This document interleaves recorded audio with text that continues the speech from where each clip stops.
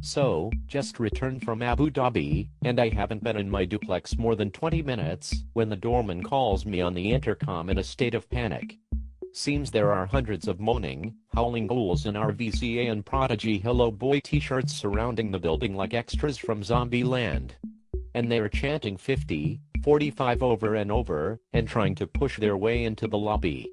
Which gives me a little time to talk to you, my dear friends.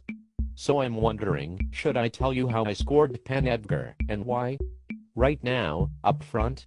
But that seems kind of like the Pope or the King back in the day, just writing down what he wants to say, and having one of his burly churls nail it to the door of the church for everyone to read. It seems a bit distant, a bit backquote above it all, don't you think? Because God knows I have plenty to say, and no shortage of burly churls, no dearth of hulking familiars, to do my bidding. Have I perhaps just announcing my presence is enough for now? Perhaps simply allowing some of you, my faithful friends and fellow MMA devotees, to say what you want to say is more democratic, more enlightened. A behavior more consistent with a progressive such as myself. After all, isn't that my job? Isn't it incumbent upon me, as a judge, to make myself available for your criticism? If I take the plane ride, and get to the venue, and score the fights, I have a kind of contract with the fans. A contract that specifically allows you to criticize me. And I will be glad to defend the terms of that agreement, even if it means I have to take the weight sometimes. I knew the inescapable inevitability of criticism was waiting back here. I saw the ride, and I bought a ticket. So what I'm thinking is, why deny you guys? You earned the right to say what you think by buying the pay-per-view. Don't I owe you a little time to say everything you want to say? Isn't that a better way to continue to build a bridge to the fans? By giving them their say? Isn't that what I owed you? Shakespeare wrote, "The time catches, that will, with due decision, make us know, what shall we say we have, and what we owe. And we all have my scores, but what do we owe? So allow me to cast up my accounts with you as equitably as possible, won't you?"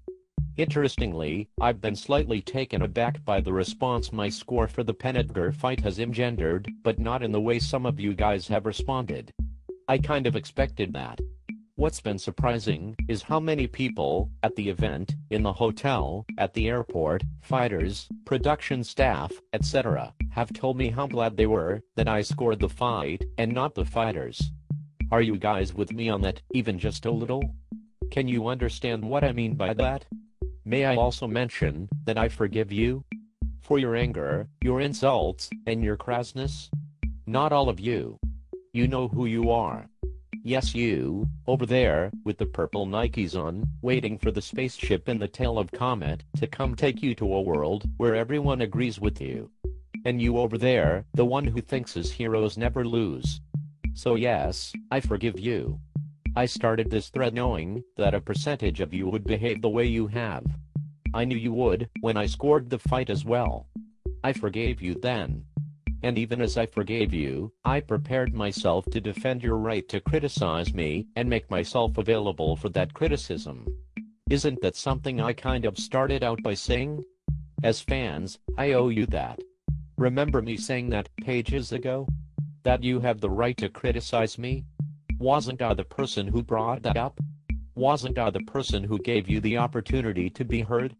By the person you are angry with? Should I even mention that most of the virulent criticisms aren't even consistent with each other? Or is that backquote condescending? Which is to say, are the things you've written in these last 7 pages available for criticism as well?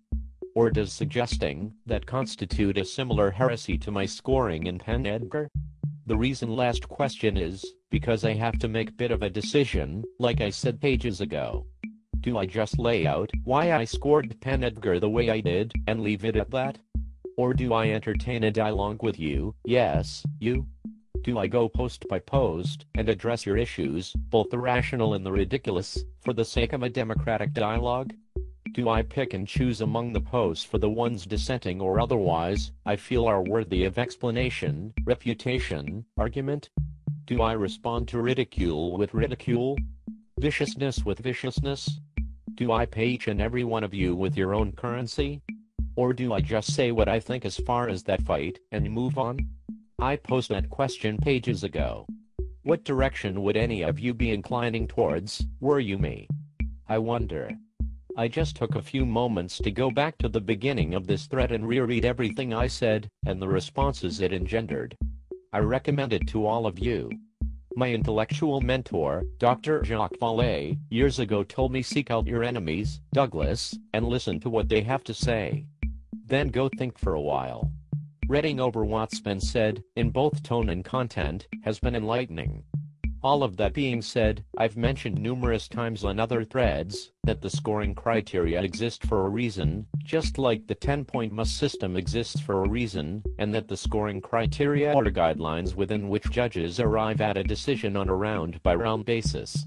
It is a judge's obligation to interpret the fight and use the criteria as guidelines. But a fight is an observed event that does require interpretation, observation, wisdom.